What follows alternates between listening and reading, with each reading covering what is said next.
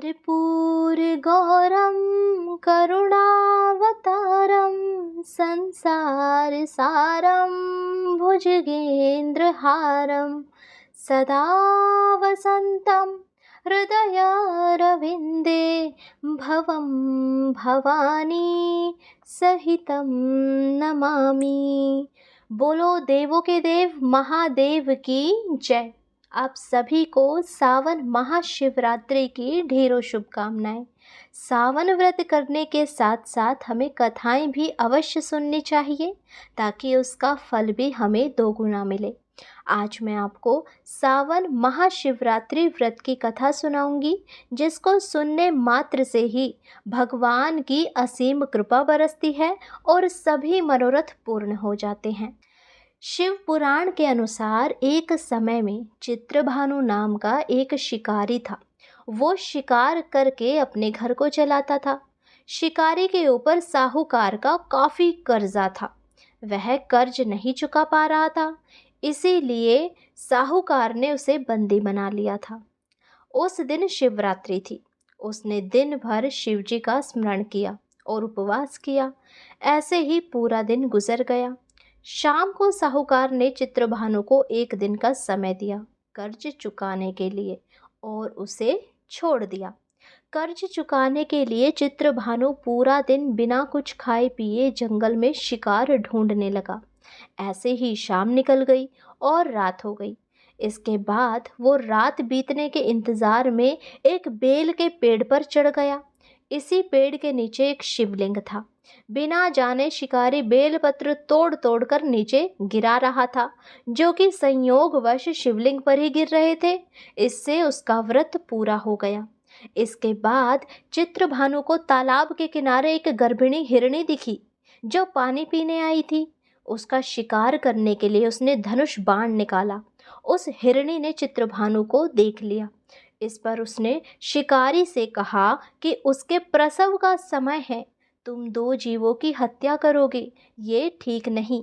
हिरणी ने शिकारी से वादा किया कि जब उसका बच्चा इस दुनिया में आ जाएगा तब वो खुद आएगी, तब वह उसका शिकार कर सकता है, लेकिन अभी उसे जाने दे। शिकारी ने उसकी बात मान ली और जाने दिया।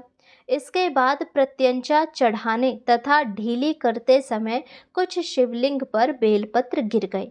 ऐसे में चित्रभानु से अनजाने में ही शिवजी के प्रथम पहर की पूजा हो गई।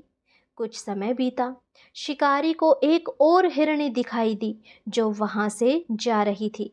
उसे देखकर शिकारी बहुत खुश हुआ और शिकार करने के लिए तैयार हो गया। हिरणी ने उससे निवेदन किया कि वो कुछ ही देर पहले ऋतु से निवृत्त हुई है।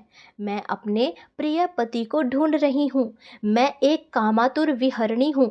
जैसे ही मुझे मेरा पति मिल जाएगा वैसे ही मैं आ जाऊंगी। यह सुनकर शिकारी ने उसे भी जाने दिया, लेकिन वो बेहद चिंतित था। रात का आखिरी पहर बीतने ही वाला था। इस बार भी चित्रभानु से बेलपत्र टूटकर शिवलिंग पर गिर गई। इससे उसके दूसरे पहर की पूजा हो गई। इसके बाद उसे एक और हिरणी दिखी। वो भी वहीं से जा रही थी। उसने उस हिरणी के शिकार का भी निर्णय किया।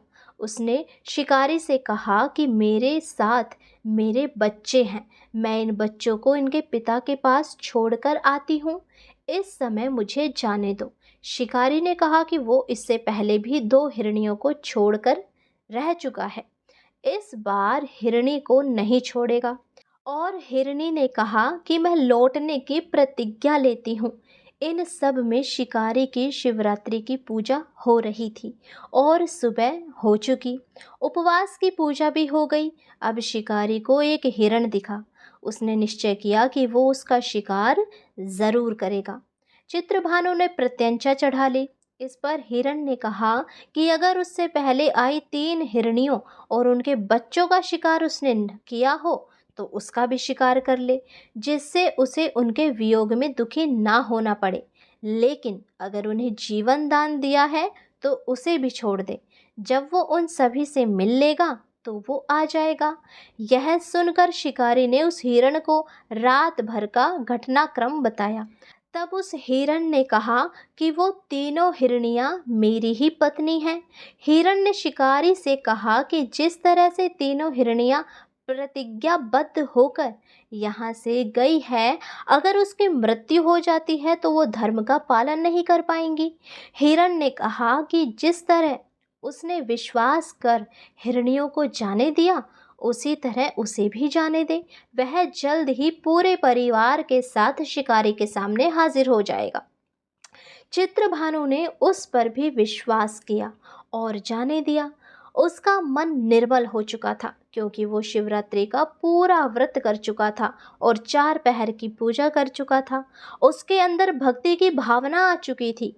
कुछ ही समय बाद वो हिरण अपने परिवार के साथ शिकारी के सामने हाजिर हो गया। उनकी सत्यता, सात्विकता एवं प्रेम भावना देखकर शिकारी को बेहद आत्मगालीन हुई। उस भाव में उसने जीवों को जीवन दान दे दिया। व्रत पूरा करने से चित्रभानु को मोक्ष मिला और उसकी मृत्यु के बाद उस शिकारी को शिवगण आकर अपने साथ शिवलोक को ले गए और उसे शिवजी की शरण प्राप्त हुई। तो बोलो देवों के देव महादेव की जय। यदि ऐसे ही हम भी दयावान बनते हैं, किसी जीव की सहायता करते हैं, किसी पर विश्वास करते हैं और अपने कार्य को अच्छे से करते हैं, गलत कार्य नहीं सही कार्य। शिकारी गलत कार्य कर रहा था क्योंकि वो किसी की जान ले रहा था, लेकिन हमें हमेशा सत्यता के मार्ग पर ही आगे बढ़ते रहना चाहिए, ये सोचकर कि भगवान हमारे साथ है। यदि हम ये सोचकर आगे बढ़ेंगे तो हमारे साथ कुछ गलत हो ही नहीं सकता, क्योंकि देवों के देव महादेव है ना, वो सब संभाल लेंगे। तो बोलो हर हर महादेव। यदि कथा अच्छी लगी हो तो चैनल को सब्सक्राइब, वीडियो को लाइक करें और कमेंट बॉक्स में हर हर महादेव अवश्य लिखें। भगवान इस महाशिवरात्रि को आपके घर में दिन दोगुनी रात चौगुनी तरक्की लेकर आए और घर में हमेशा सुख शांति बनी रहे। जय भोलेनाथ।